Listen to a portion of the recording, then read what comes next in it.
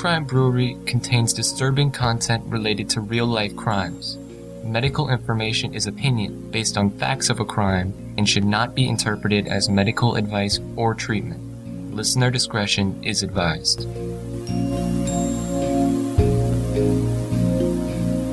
Welcome to True Crime Brewery. I'm Jill. And I'm Dick. Way back in the summer of 1973, the Houston police were called to a home where a 33-year-old man named Dean Corll had been shot to death. This crime scene led them to search a shed that he had been renting and a wooded area nearby. Finally, the community would learn what had happened to their missing boys, and the details would haunt them for the rest of their lives. Join us at the quiet end for The Candyman Killer and the Lost Boys of Houston Heights. In December 1970, 2 teenage boys disappeared from the Heights neighborhood in Houston. Then more went missing, one after another. As the number of missing kids grew, people had no idea that a sadistic serial killer and his teenage accomplices were living among them. The police had been telling parents not to worry. Their sons had simply run away to join a commune or find work. But the truth was really heartbreaking, and the impact of it is still felt today. Yeah, I have to tell you that reading this and talking about it just made me angry. Yeah, it's really a horrible situation. The police really dropped the ball, I can at least say that. They sure did. So the beer we're drinking today is, well, I wanted to do a Houston beer, but I've reviewed all the Houston beers that I've had. Okay. We have too many Texas cases, I think. There are a lot of them. So I picked a beer from one of my favorite Texas breweries. This is Jester King in Austin. And the beer is 100 degrees. So it's a Saison, which is generally a fairly dry, little bit of peppery spice beer. And this is their take on a summer, what they call a summer Saison. So it's a gold color, thin white head, very nice aroma, ginger and lemon, and a little bit of pepper. Then we got a ginger taste and lemon and sort of like crackers. Not saltines, but just a cracker that you'd put a spread or something on. Okay. Well, that sounds interesting. It's very, very good. It's light and works well in the mouth. All right. Well, you know what I'm going to say. Let's open it up. Let's open it up.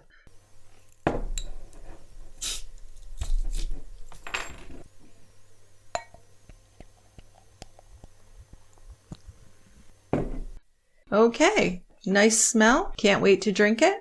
Come on down to the quiet end and get us started. First, we have to learn about this horrible human, Dean Corll.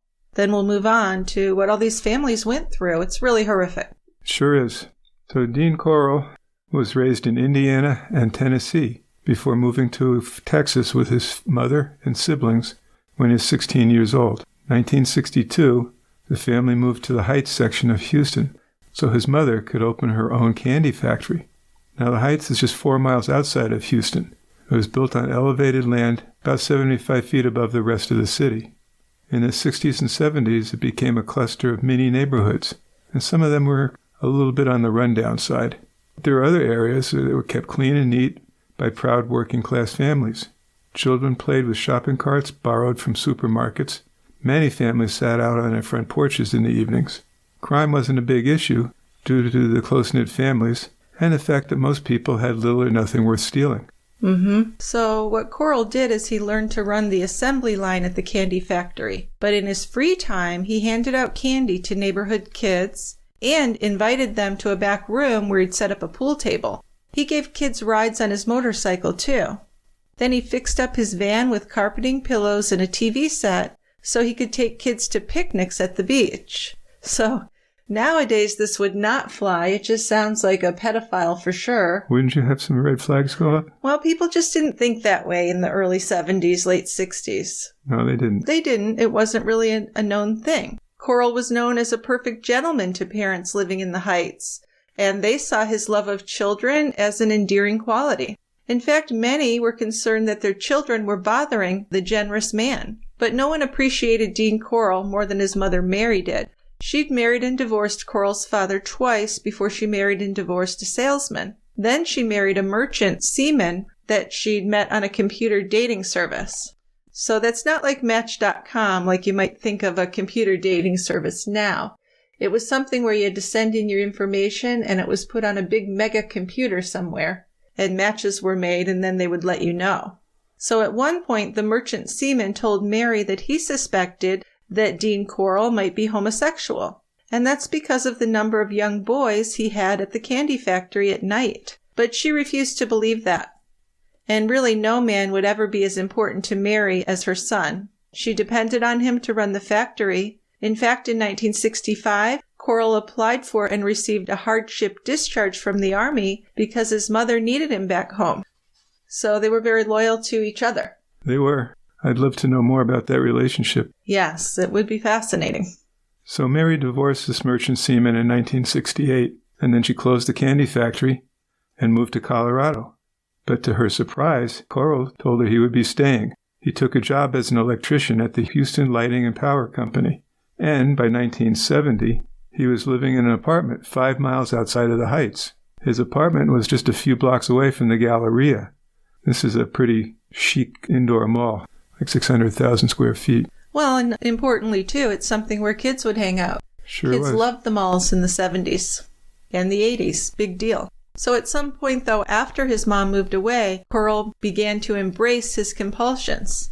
Now, he may have done things before, but this is when we know that he really took a dark turn. He began inviting teenage boys over to his apartment. Some he'd had his eyes on since he was working at the candy factory. And one of these boys was David Brooks. When he visited, Corll convinced him to pull down his pants and let Corll perform oral sex on him. According to those who knew Brooks, he wasn't gay. He actually had a girlfriend in the Heights. But Corll had taken care of him, given him money whenever he needed it, and had become like a father figure to him. So he was very influential in Brooks' life. So I think Corll had a way of kind of picking out these vulnerable kids, and that's what he did with David Brooks. Oh, he definitely was grooming them. Yeah, but don't feel bad for David. Right. Brooks would soon learn that Corll had much darker compulsions than even that. When he was 15, he walked into Corll's apartment and saw 2 naked boys tied to Corll's bed. Later, Corll told him that he was part of a gay pornography ring and that he was paid to send the boys to California to pose for photos. So this was said by Brooks as a way to say, I didn't know how bad it was. But that's pretty fucking bad. Yeah. Even if it was just that, it's very bad. Eventually, though, Corll would change his story with Brooks, and he told him that he had killed the boys and buried them in his storage shed. So, for whatever his reasons were, Brooks accepted this and kept seeing him. But it's believed that those boys were Jimmy Glass and Danny Yates, 2 14-year-old best friends who lived in the Spring Branch area of Houston. Jimmy and Danny had come into the Heights on a Sunday night, actually along with Jimmy's father and older brother Willie, for an anti-drug youth rally and a church service. Jimmy and Danny were sitting up front in the church, and in the middle of the service, Willie saw them walk up the aisle, and he assumed they were just going to the bathroom. But the 2 boys never returned. It was just like they'd vanished into thin air. Jimmy was a handsome teenager who liked to wear trendy, loud-patterned shirts and a leather jacket with fringe hanging off the sleeves. He brushed his thick brown hair over one eyebrow, and the girls were just crazy about him. Danny, too, was very good-looking. He had brown curly hair and big, bright blue eyes. He shared his first kiss with a girl named Betty in the laundry room of their apartment building. Even now, no one knows how Corll met these boys and how he got them into his van. But Danny's big sister, Cindy, did remember him talking about a man who matched Corll's description, giving them a ride to a movie theater and stopping along the way to buy them some beer. So he'd been working on them. Yes, he had been. What we do know is that the police barely investigated the boys' disappearance. Back then, all missing persons reports for juveniles in the area were divided between various officers in the juvenile division. So they were quite busy to begin with. And then the officer who had Jimmy's report labeled him a runaway because he had previously left home after an argument with his father. So that makes him automatically a runaway. This is going to happen over and over again, though. The officer who had Danny's report labeled him a runaway after someone said he thought he'd seen him at a house where runaways gathered. So even though their parents protested, the officer said that the kids were hitting the road and hitchhiking across the country to join communes and the hippie movement. Unless there was clear evidence of foul play, no official search would be done. So the families were on their own. I can't even imagine. Your child is missing and they won't even help, right? These were 14-year-olds. These aren't 17, 18-year-olds either. This is just crazy. So every weekend, the Glasses and the Yateses drove around Houston posting flyers with their son's photos. Willie placed an ad in a local newspaper promising Jimmy a motorcycle if he would just come home. At one point, Danny's dad drove to Monterrey, Mexico, after getting a tip that Danny had been seen there. And he was just plagued by guilt, this poor man. He was just worried that he'd driven his son away because he was too hard on him. And that would never really go away. He would feel responsible. So after he murdered Jimmy and Danny, Corll moved to the Place 1 apartments, which were 5 miles northeast of the Heights. Then on January 30th, 1971, he got David Brooks to help him. Brooks and Corll drove into the Heights and they saw 2 boys, 15-year-old Donald Waldrop and his 13-year-old brother Jerry. The brothers were on their way to the bowling alley, but somehow they ended up at Corll's apartment. And when they were there, Brooks watched as Corll strangled the boys to death. So although the Waldrops lived only half a mile from the church where Danny and Jimmy had disappeared, the police still did not investigate. Their father filled out missing persons forms and went to the police station every day, but the police just asked him why he kept coming back, because he knew his sons had run away. Now these are 2 of his children that are gone. I can't even imagine. Of course, the murders could have stopped then if Brooks had just gone to the police, but I guess he didn't have the strength or maybe not even the conscience to do that. He dropped out of school and began spending more time with Corll, and he was rewarded for his loyalty with a green Corvette for his 16th birthday. So he's in it now. He's in with him, yeah. He's part of it. Well, he wasn't gay and he wasn't violent on his own, apparently, but he's helping find these boys. Yeah, he's helping recruit them. He is, and some of them are boys he knows quite well, which is really striking to me. Well, if you get a Corvette, you'll do most anything.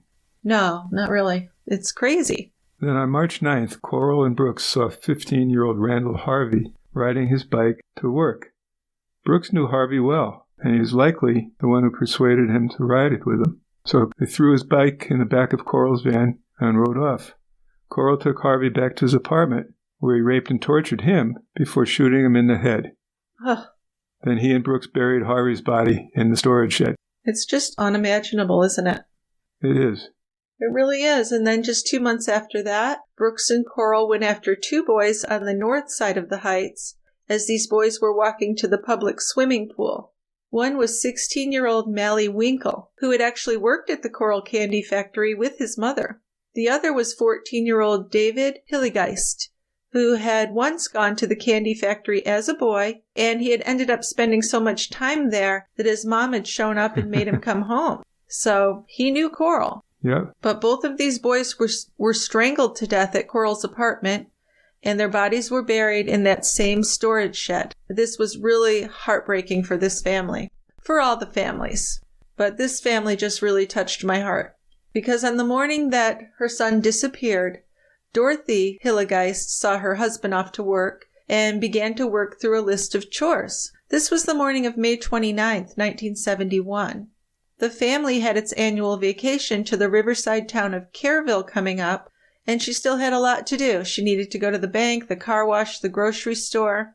The Hilligeists were working on home improvements, too, which they constantly were. Landscaping and painting and decorating. They were really proud of their home and took good care of it. The fact that the Heights was generally considered run down didn't discourage them either.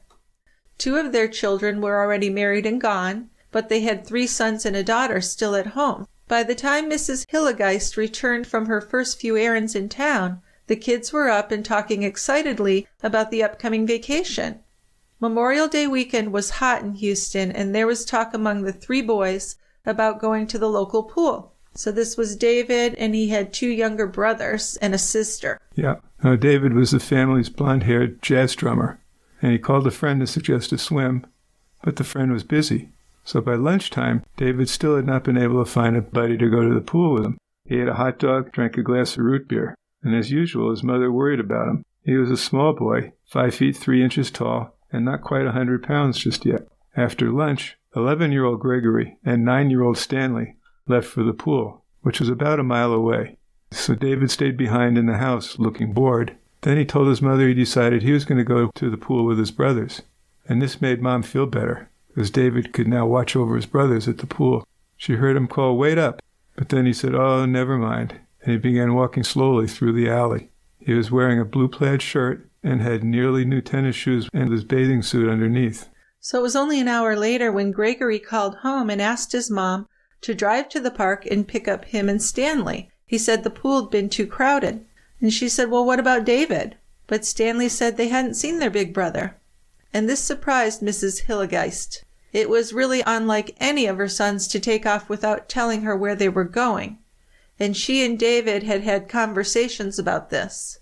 But she decided he must have come across a ball game or a friend, or maybe he'd just gone to the pool by himself.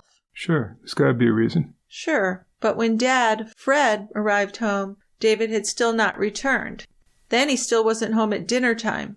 Fred called the lodge where the pool was located, and he was told that his son had not signed the pool registry that afternoon, so he hadn't gone swimming. He called a few neighbors and learned that David had not been seen by anyone except one boy who had exchanged a quick hello with him at about 2 p.m. That was right after he'd left his house. So while dinner got cold, Fred and Dorothy looked through their son's room, and they saw that nothing was out of the ordinary. His life savings of $20 was in a drawer. His wallet, watch, and ring were still there, too. So wherever he had gone, he had not planned a lengthy stay. The parents knew something was wrong then. Another 13-year-old might come home an hour late for dinner or not even show up till the next morning. But being an hour late by any of the Hilligeist children was cause for alarm.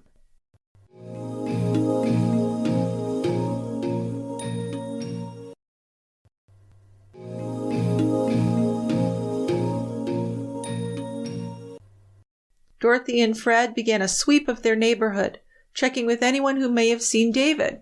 Periodically, they'd return back to their house to see if he'd come back or phoned, and then they resumed their search in the family car. By 3 a.m, these poor people were frantic. They began checking hospitals, but there was no record of David. At sunrise, Dorothy called the police to ask for a citywide lookout, but the sleepy voice on the other end of the line said, "Oh, don't worry, ma'am. He's probably just staying overnight with a friend, and boys do that all the time." But Dorothy knew better. This isn't something David would have done. So when the juvenile officers heard that Mally had made a quick phone call to his mother on the night that both he and David were taken, telling her that he was in the beach town of Freeport swimming with friends, they assumed that David and Mally were runaways, and then they considered the case resolved. But David's parents refused to believe that their son had taken off without telling them. The family had plans to leave for vacation the next day. So his parents drove around to Freeport and checked the beaches, showing David's photo to anyone who would look. But no sign of the boys there. Nope. And after they got back to Houston, the Hilligeists and Mrs. Winkle, who lived right behind them, printed posters and offered a $1,000 reward for information to help find David and Mally. They even borrowed money from their credit union and hired a private investigator. The PI told them that the boys may have been abducted by a man called Chicken Joe, who reportedly provided male sex workers to homosexual clients. David Hilligeist's mother and father, Dorothy and Fred, drove to a gay bar, sat outside watching the door, hoping to see either of the boys. So now weeks pass, and Dorothy called the police constantly, and she passed on any rumors or tips that she heard. She even suggested people who the police should interview. One day, she told the police that she had heard that Mally had a friend who drove a Plymouth GTX. And she added that she had seen a GTX driving through the neighborhood. She even had the license plate number. She told them the plate number's TMF 724. So if an officer did look into this tip, he would have learned right then that the car belonged to Dean Corll. So this could have stopped the whole thing, but it didn't. Well, it could have, but even if they had the name, I doubt that they'd investigate. No, I don't think they would. But I think if they got the name and did investigate, they may have seen there's something up here. They could have then. They could have even talked to Brooks, and maybe he would have caved. And one of the neighborhood teenagers who came to the Hilligeist home to ask about David was 15-year-old Wayne Henley, and he lived just half a block away from them. And he asked Mrs. Hilligeist for missing posters that he could post around the neighborhood. Now, this Henley was a pretty brazen teenager. He had already been charged for assault. He drank, smoked pot, and chased women. He was often seen hanging around out by the pool, or the Long John Silver's, or the Jack-in-the-Box. Yeah, Henley had a difficult home life. His dad would get drunk and physically assault his wife and kids. Then after Henley's parents got divorced in 1970, he dropped out of school and began working part-time. When Brooks introduced Henley to Dean Corll, Henley was really impressed. He would say that Corll was smart, clean-cut, and he listened to him like a lot of adults didn't. Corll's co-workers at Houston Lighting and Power all had good things to say about him. The manager of one of the apartment complexes where Corll had lived and committed murders called him as good a tenant as we've ever had. When he began coming around to the Henley house, he worked on Mrs. Henley's car, and she even had him over for Easter dinner. So he knew how to make a good impression on the adults. He could keep his dark side from being seen. Seems like it, yeah. Because there's a lot of people that knew him and said he's a pretty cool guy. Pretty much everyone, Dick. Everyone thought he was great. Yeah. Yep, they really did. Which I think now people would look at him a little more skeptically. But they didn't back then, so what are you going to do? And according to Henley, when he went to the Hilligeist home for the posters, he didn't know about Corll's secret life. And Corll slowly lured him in by taking things Henley would steal and selling them for him.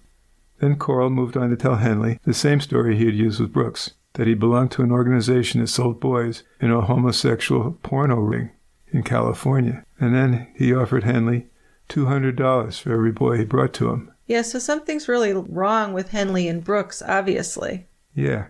Because they didn't seem to argue about this at all. Now, Henley brought a long-haired teen to Corll promising to smoke pot with him. Corll paid him $200, and then Henley learned that Corll had anally raped and killed the teen. But, much like Brooks, Henley didn't call the police. Even when he learned that Corll had abducted and killed his childhood friend, David Hilligeist, Henley did nothing to stop him.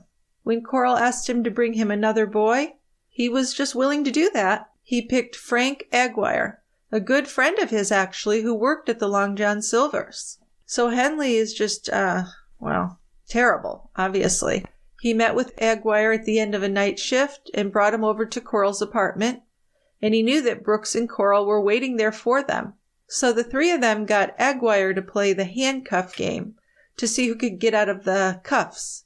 And when Aguirre put on the handcuffs, Corll dragged him into the bedroom. That's where he was raped, tortured, and strangled to death. Then all three of them took the teen's body to High Island and buried him there. And next, Henley brought his friend Mark Scott to Corll.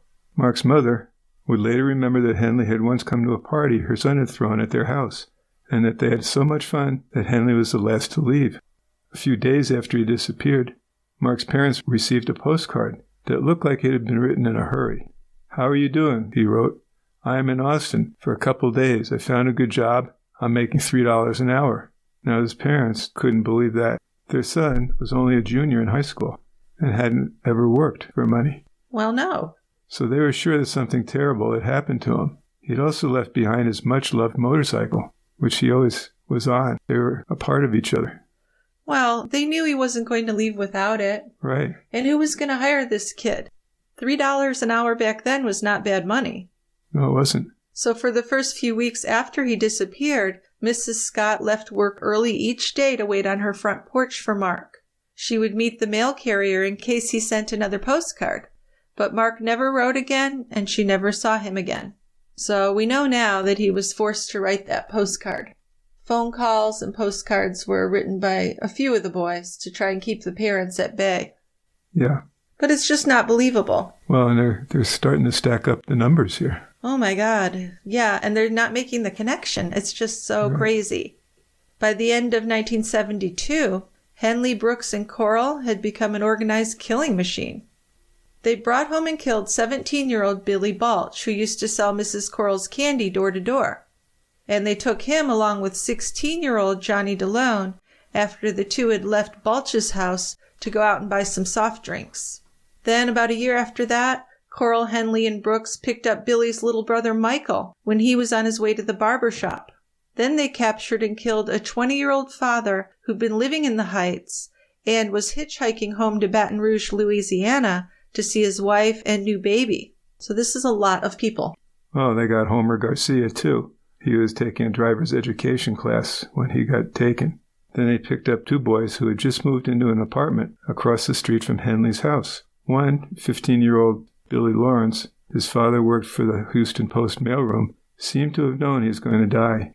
Heartbreaking. In a note he was forced to write to his father, he promised he would be back home in August, but then he wrote at the end, "Daddy, I hope you know I love you. Your son Billy." So how horrible and sad is that? Billy Lawrence was actually kept alive for 3 days, tied to a piece of plywood, because according to Henley, Corll really liked him. Isn't that awful? Unimaginable. Yeah. Corll tortured and hurt all the boys before he killed them, and some worse than others. Henley described Corll's horrible crimes as bloodlust. He said that Corll would start shaking and smoke a cigarette and say he really needed a new boy.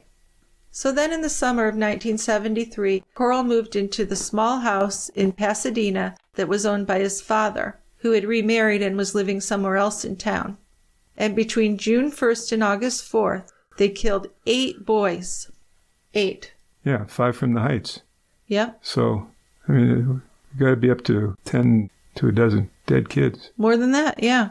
But still the police, the neighborhood's residents, and the news media just weren't putting it together at all. And there were parents that were going to the police and begging them. During that... Wouldn't you think that if you start seeing a bunch of parents from a certain area, small area, that you'd add up and say, well, look, there's 5 parents looking for their kids, all from the Heights. Absolutely, I would. And, you can say that they thought they'd run away. It was a time when teenagers were running away a lot. But that wouldn't explain this. No, it wouldn't explain it. And it wouldn't excuse it either.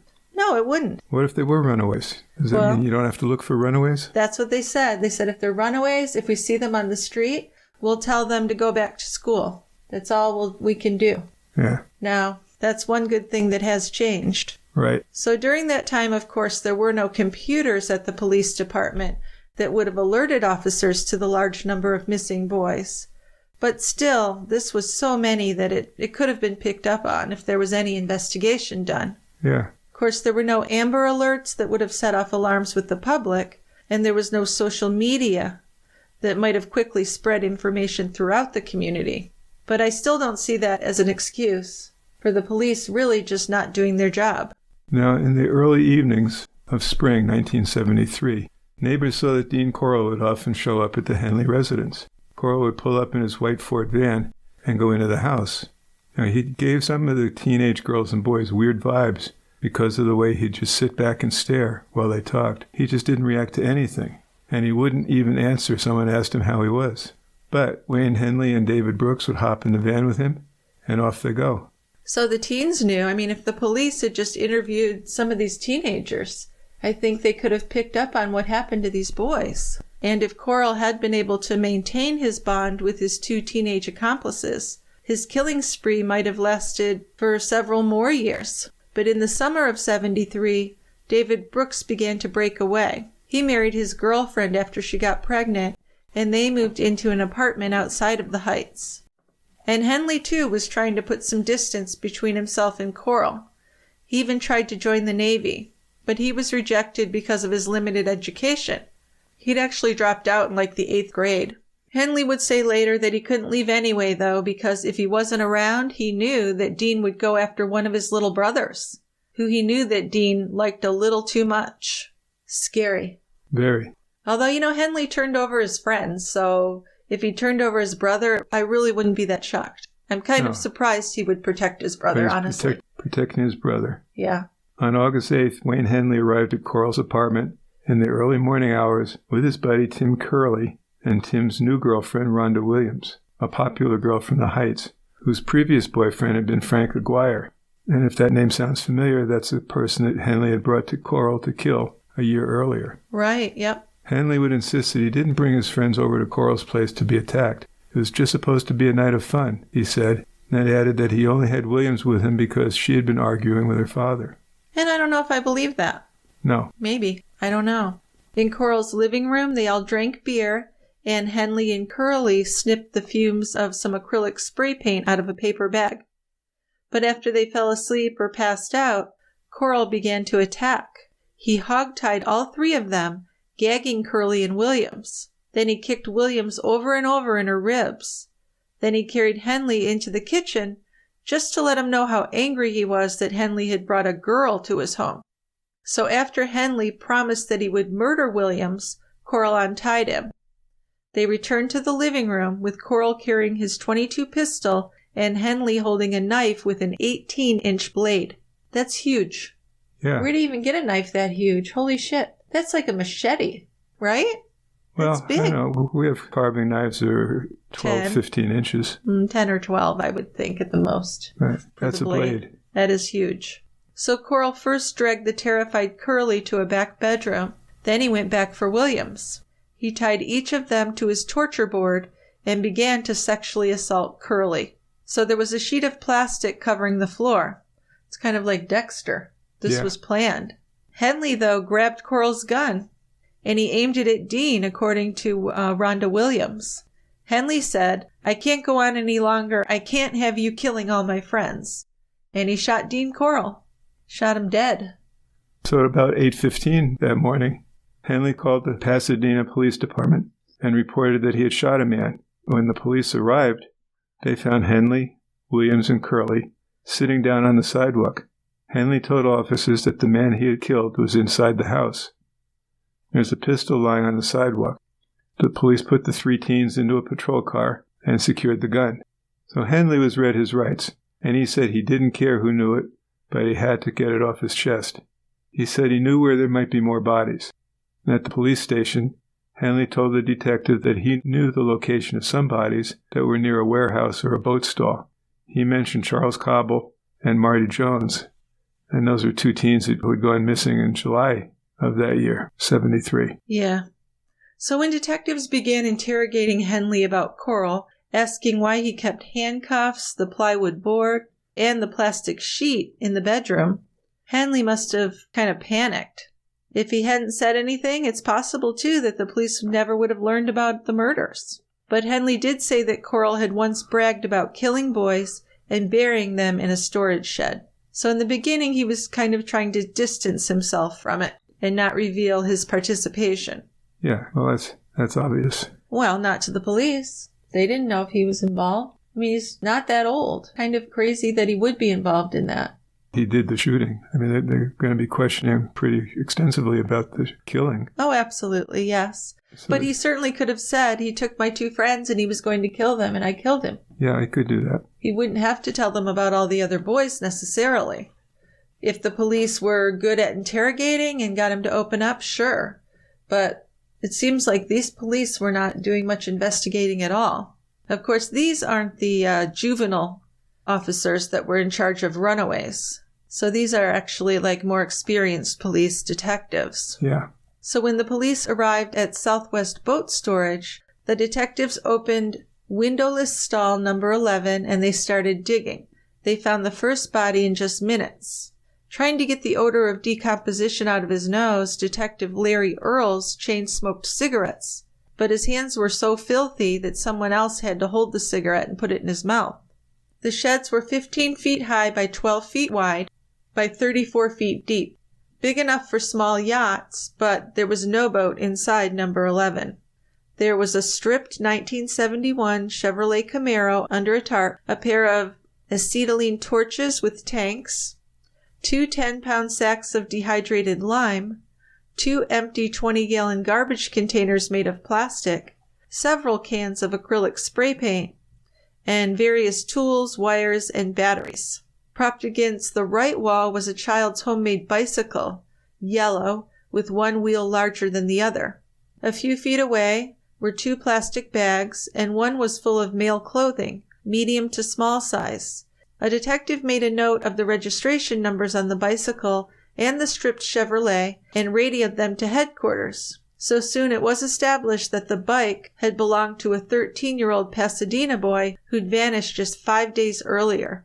And the car had been stolen from a used car lot back in March. So inside the left wall of the shed, behind a stack of cardboard boxes, Detective Larry Earls studied a spot where compacted earth had buckled upward. He got on his hands and knees, and 5 or 6 inches down, he thought he could make out a change of color of the soil, and within 10 or 15 minutes, They had uncovered a layer of white. Earls took a closer look and saw that this white layer was lime. Other officers and detectives dug with shovels an inch or two at a time. This revealed a skull, and the odor became pretty overwhelming. Yeah, they actually brought in guys who were staying in the local jail to help do the digging. So that evening, the evening of August 8, 1973, Houston TV stations cut into regular programming with breaking news. According to reporters, a 33-year-old man named Dean Corll had been shot to death in his home in Pasadena. The police had learned that Corll had been renting a metal storage shed located off a dead-end street about 9 miles southwest of downtown. Detectives were at that shed now, they reported, and they were digging up the bodies of teenage boys.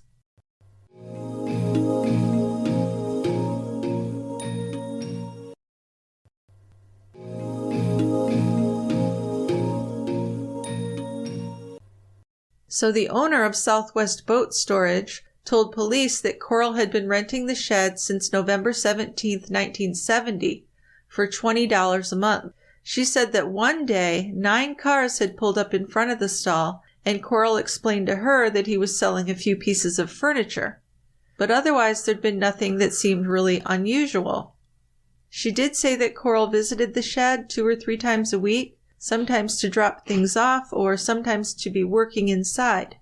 She said that about 2 months earlier, he had arrived with a young helper and brought in something big, black, and heavy, but no one really thought anything of it.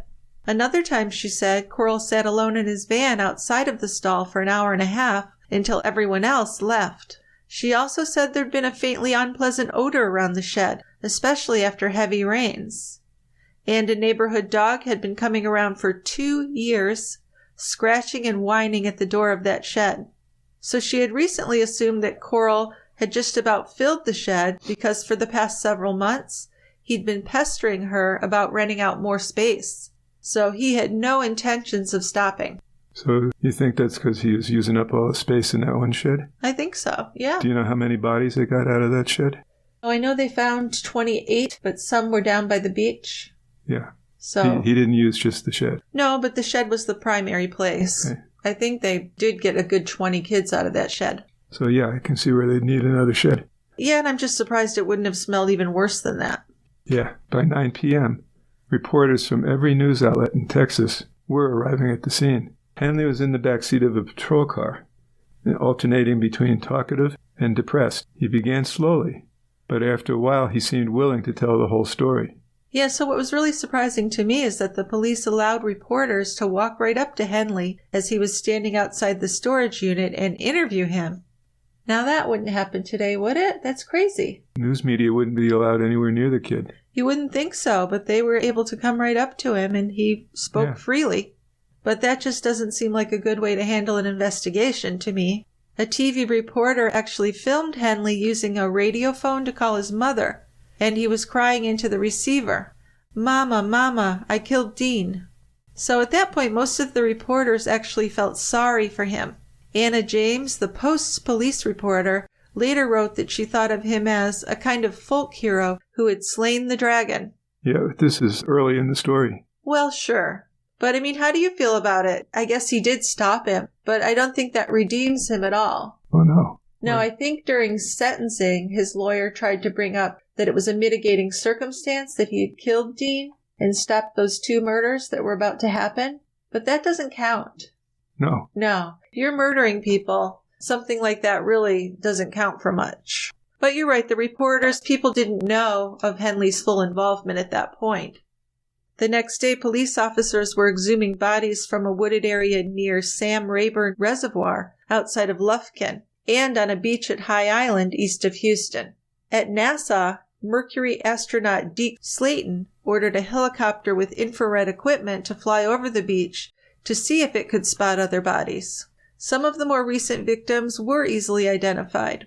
One, who had just been murdered in late July, turned out to be the cousin of homicide detective Carl Siebeneicher, who was on the scene, unfortunately. Actually, Siebeneicher ended up committing suicide in 1977, and I wouldn't be surprised if this was directly related. It could be. Other bodies were identified because a social security card or a driver's license was found near the decomposed remains. Jimmy Glass's family was able to identify him only because his favorite jacket was found next to his skeleton. So some of the bodies that they exhumed were covered with a layer of lime powder and shrouded in clear plastic. And the men who would dig them up would see their faces looking up at them. These men would never recover from this experience. It's almost as bad as what the families went through, because some of these bodies were nothing more than lumps of putrefied flesh, because some of them had been in there for almost 3 years. A few of these boys still had tape strapped across their mouths. Others had nylon rope wrapped around their necks, or even bullet holes in their heads. And one poor boy was curled up in the fetal position. Not only were these boys killed, these boys suffered. Yeah, and their families suffered for the rest of their lives. Right. They were tortured quite thoroughly. Yeah, I don't even want to think about that. And I'm glad you're not reporting on that aspect of it. Not going into it really because it's just horrific. But yeah, it's horrible. So within a week, the remains of 27 young males had been found. Some as young as 13, one as old as 20. The New York Times quickly labeled the killings the largest multiple murder case in United States history because the term serial killer hadn't been invented yet. Yeah, and soon reporters were flying into Houston from all over the country and even the world. Some arrived from as far away as Japan and Pakistan. Even Truman Capote, hoping to revive his career and produce his next bestseller, showed up, smoking cigarettes and accompanied by a line of his assistants and admirers. Oh, yes. But it wasn't just the number of murders that got everyone's attention. Of the victims the medical examiner's office was able to identify, at least 20 of them had been residents of the Heights or an adjoining neighborhood. And many were Houston boys who had been in the Heights right before they disappeared. So all of the Heights victims had gone missing between December 13th, 1970 and July 25th, 1973. So that's kind of a short time frame, right? You think this would have been noticed. 3.5 years. 2.5 years. 2.5 years, yeah. 11 of these boys had been students at the same junior high. I don't see how that could not have been noticed. Yeah. Well, I think that's part of what's really remarkable about this story. That's definitely a big part of the story that this even was allowed to happen. Oh, yeah. And went on for so long. That's what everyone wanted to know. Absolutely. How could so many boys been taken away from one working class area of Houston without police, parents, neighbors, teachers, or friends catching on to the fact that something was wrong? Yeah, I don't know. It is remarkable, and there's no excuse for it, I'll say that. But, we do know that no one had even suspected that Corll was a killer. He was known, said one reporter, as the pleasant, smiling Candyman of the Heights, handing out treats to neighborhood children who would come to his mother's factory. A police officer who'd gone to high school with Corll and married his cousin insisted that he was a quiet, well-mannered, considerate person. And he even had a really nice girlfriend for a while. Her name was Betty, a single mother who let her children call him Daddy. Now, does that give you goosebumps? Makes me want to vomit. Yeah. But he had no criminal record of any kind, and no one knew him to have a temper. But I guess what really made the story most chilling when it came out was that Corll hadn't acted alone. And that shocked a lot of people, that those 2 teens had helped him. You can kind of think of one person being evil and doing things like that. But to think of 2 people helping him. Yeah. I mean, I could see even maybe one person, just Brooks, helping him because they had a special connection or something. But to enlist a third person, Henley, strikes me as weird. Well, and from what I've read and heard, Henley was really pretty excited about it. He was enthusiastic to get the $200 per boy. Yeah. And really shocking, he went out and took people who were friends of his. Oh, $200. Can you imagine, though? Kids he hung out with, and he knew their families. Remember, he went to David Hillegeist's house and spoke to his mother and asked for missing boy posters. Yeah. Knowing what had happened. It's just disgusting. So reporters really picked up on this, of course, and they went through the Heights neighborhoods and knocked on doors to speak with victims' families and friends. Josephine Aguirre had spent the past 1.5 years burning a candle and praying that her son Frank would come home. But now she knew that she had lost her child. Now, she had already lost her son Ronnie in 1969 when she accidentally ran over him in front of his elementary school. Holy shit. So she's already guilt-laden with that. Yep. And then her son disappears. And she finds out that he was tortured and killed. Huh. So she did try and speak with a reporter about this, but she couldn't even do it. She burst into sobs. Yeah.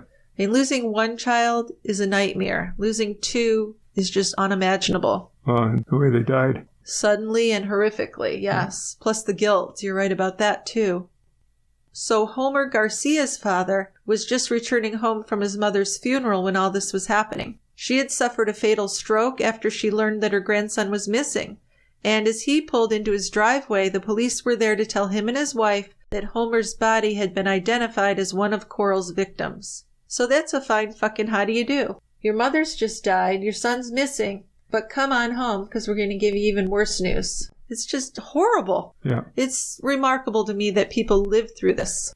So through that summer and even into the fall, families were seen huddled together around open graves at Houston cemeteries, burying their sons. Betty Cobble, the mother of one of the victims, had just returned to her job as a florist, and now she was providing flowers for the funerals of other victims. The father of Jerry and Donald Waldrop, both killed by Corll, moved to Atlanta hoping for a fresh start, but it just didn't work. He read Brooks' confession in the newspaper, and he learned that he'd actually been working on a construction site directly across the street from Corll's apartment. So this poor man couldn't stop thinking about how his two sons may have been being tortured and killed right next door to where he was working. Yeah. And he didn't know it. And how do you live with that? Difficult. I would imagine it's very difficult. So many parents turn to alcohol or pills to cope with their losses. Jimmy Glass's mother, Ima, had a complete nervous breakdown. Many times she'd see a teen hitchhiking and she'd scream that they had to turn around and pick up Jimmy. And her poor loyal husband would go over to the stranger every time. And then Ima would be in tears when she saw that it wasn't her Jimmy. Then one day, Ima got a gun and grabbed her daughter and dragged her into a back bedroom. When the SWAT team arrived, Ima fired one shot into the floor and yelled at them, "They're not going to steal Pamela from me like they did Jimmy." So Ima had to be taken to the Harris County Psychiatric Unit for treatment. Of course, she was never the same person.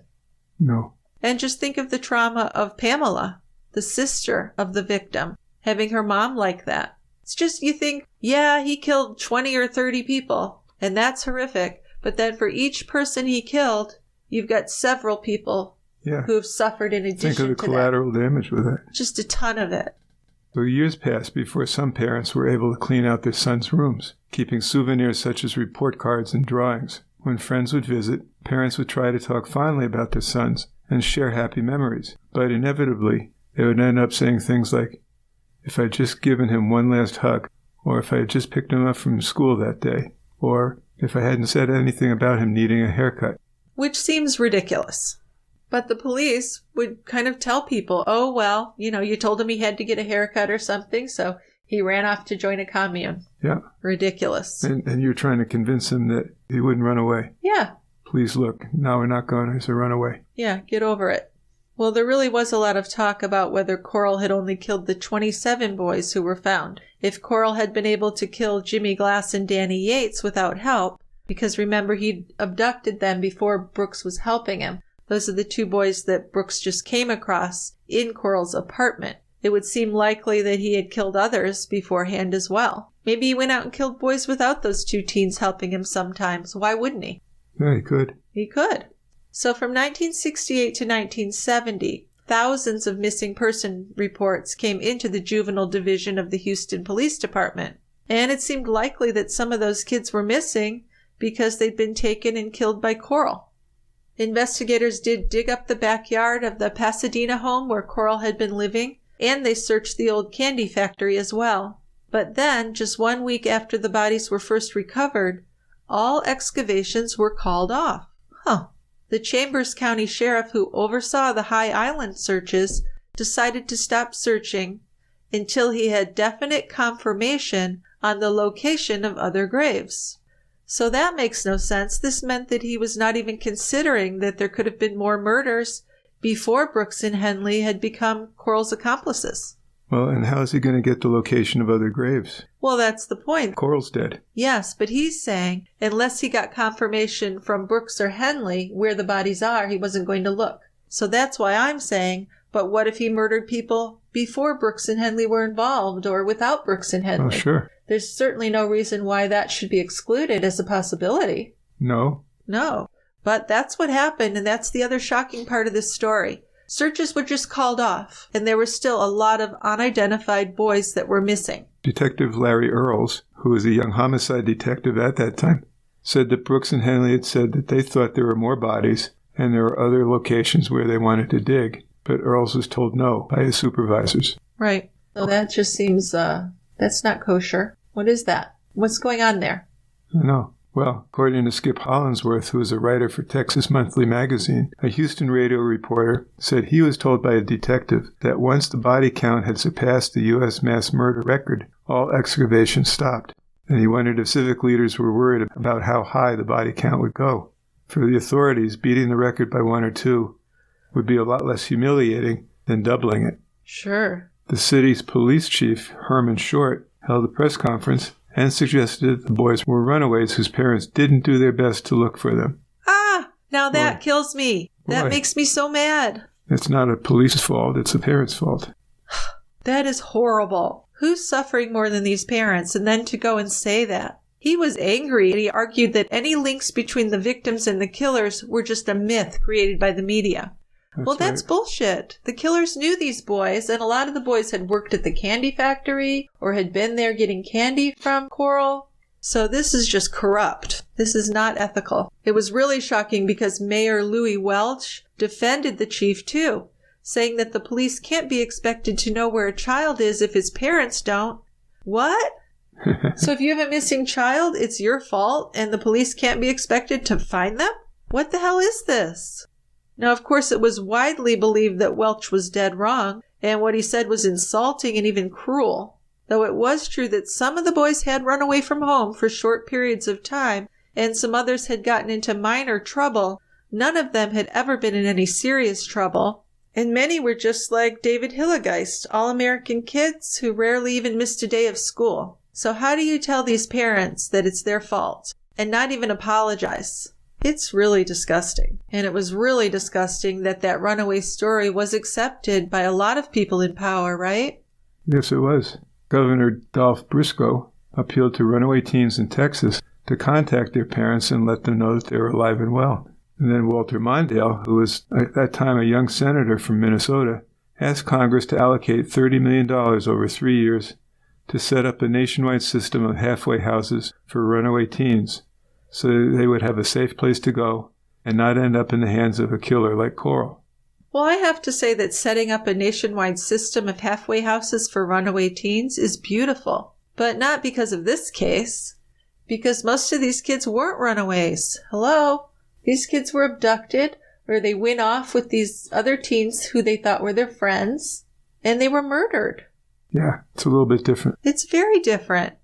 There was even a California legislator who learned that the book Human Sexuality had been found among Corll's belongings. So he wrote to California Governor at the time, Ronald Reagan, asking that the book be removed from the schools.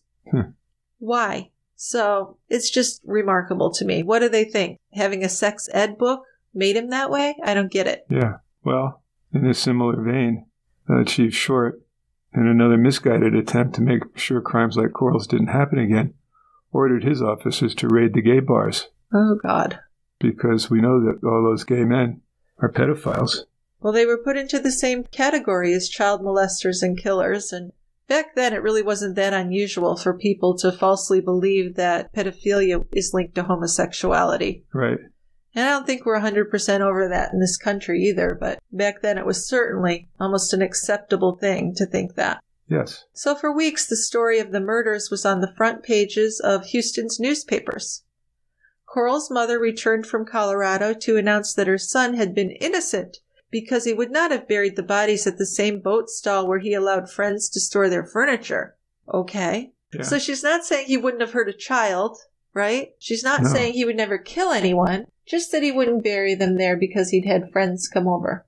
This is just like, well, maybe not just like, but it certainly reminds me of Chad Daybell's children who said, well, if my dad had buried the bodies, he would have done a better job because he'd been a gravedigger. Yeah, he wouldn't have buried them that way. He wouldn't have done it that way. That's just ridiculous. So 12 grand jurors indicted Henley and Brooks for murder, and they issued a report criticizing the police and the district attorney, saying that their investigation had left unexplored the possible involvement of others and related criminal activity. In fact, some jurors were so upset by this that they went out and did their own investigations. They drove around Houston and interviewed witnesses, trying to find out themselves where other bodies might be buried. So there was certainly a need and a desire in the community for further searching and further investigation. But this seems dismissed, just like the juvenile officers dismissed the missing boys in the first place. And they didn't learn their lesson, obviously, that maybe they should listen to people.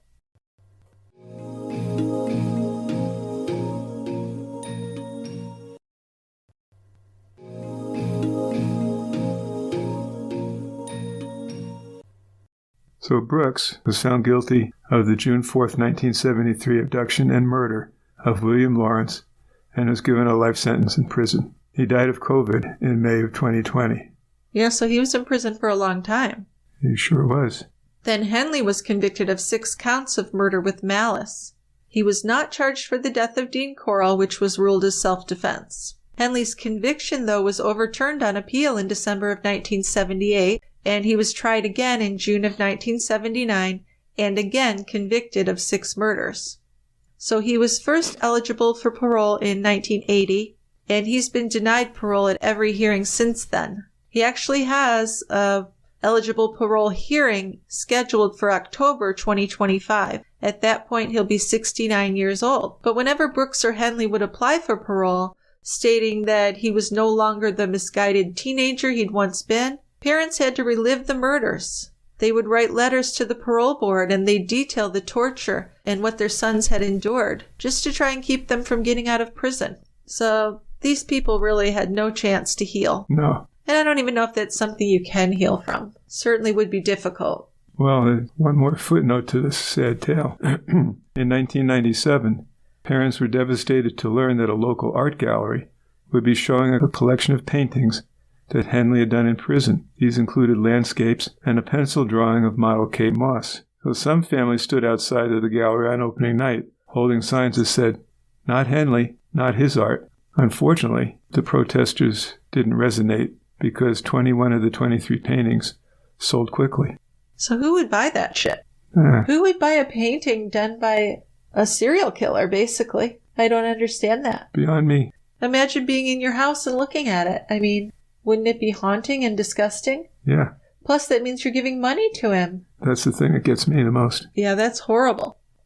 In 2008, Henley's old friend Tim Curley, and he's the one who survived Corll's torture that last night, gave an interview to a Houston TV station. I think that was his only interview he ever gave. About that night in August of 1973, he said, "I really have 2 choices. Either I accept it and move on, or I kill myself." According to a close relative, Curley's life spiraled downward right after that interview. So I guess just bringing it up again was too much. He self-treated his PTSD with alcohol, and in March of 2009, he died of a heart attack. So you don't have to be a direct victim to be a victim here. Dorothy Hillegeist, David's mother, died in 2010.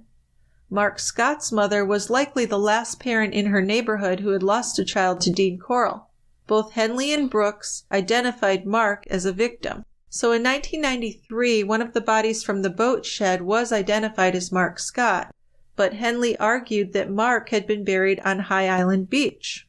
When his case was reviewed in 2010, the Harris County coroner determined that the remains had been misidentified. DNA testing done with Mark's parents confirmed that the remains given to them as Mark were not related to them. So a few months later, those remains were identified as another 17-year-old who had died about a month after Mark did. So this left Mrs. Scott to wonder where her son's body was. Despite the admission that Scott had been buried at High Island Beach by both Brooks and Henley, Mark's remains have never been found. Because remember, excavations were called off. They were. I would say if Brooks and Henley said he was there, they have no reason to lie about that. No. So why wouldn't they have gone out there and found that boy? His remains have never been found, and since Hurricane Ike in 2008, the section of beach where victims were buried remains submerged beneath sea level. And there are still several missing, unidentified, and other possible victims of Corll and his accomplices. But that's it. Yeah. Then in 2012, a filmmaker interviewed Henley for a documentary about the murders. And at that time, Henley gave permission for the filmmaker to look through his old belongings. And in a box of Henley's things, the filmmaker found an old Polaroid. Photos poor quality. It seems to show a young boy restrained on the floor, with part of Corll's torture toolbox visible in the foreground. But no one has been able to identify this boy. Henley and Brooks could not identify him. Okay, so that means Corll probably killed him without those two, right? Why do we assume that those first two that Brooks walked in on were Corll's first victims? That doesn't even make sense. There's no reason to assume that. Well, other than saying you got to start somewhere, but yeah. But why would you say he started there? Just because there's when he had witnesses? With his psychopathology, who knows? We don't know, but the police just don't care. Nope. It really leads us to the conclusion that there was at least one more other unknown victim, and that boy would have been number 30. Yeah, who knows how high the total could go. And it's not going to change anything. It's not going to change anything, but it may have changed things for a family who don't know where their child is. At least they would have known what happened. But nothing was done to identify or find these children, which is just dreadful. I can't believe it. And this case, I don't know if any of our listeners have heard of it, but it really has not gotten much coverage. Compared to Ted Bundy, John Wayne Gacy, had you heard of this case? I hadn't heard of it. No, and it's quite a case that probably should be known of. Isn't it? Yeah, it's really horrific. I mean, one of the things that Skip Hollandsworth in the Texas Monthly said is maybe this case hasn't gotten that much attention because there weren't a lot of photos of Corll, and they have video footage of Ted Bundy and all the drama, and maybe that's why those got more attention. Even Capote, who was going to write a book on it, dropped it. Never did write the book. No, I know that. Yeah. We know why he dropped it? Why he decided not to write the book? I don't know exactly. I think he may have died soon after that time, though. Oh, well, that's one reason. But he did drop it before. But I don't know. I don't really know Truman Capote's life story. So I'd have to look into that to know. But we don't do a lot of coverage of serial killers. But I felt like this one, I hadn't heard of it, you hadn't heard of it, and we follow a lot of true crime. Yes, we do. So it's kind of astounding that we hadn't heard of it. So I thought, it's worth talking about. Not going to give torture details or anything about these poor boys. But, they should be remembered. And obviously, there are many lessons to be learned about how not to handle missing person cases. Right.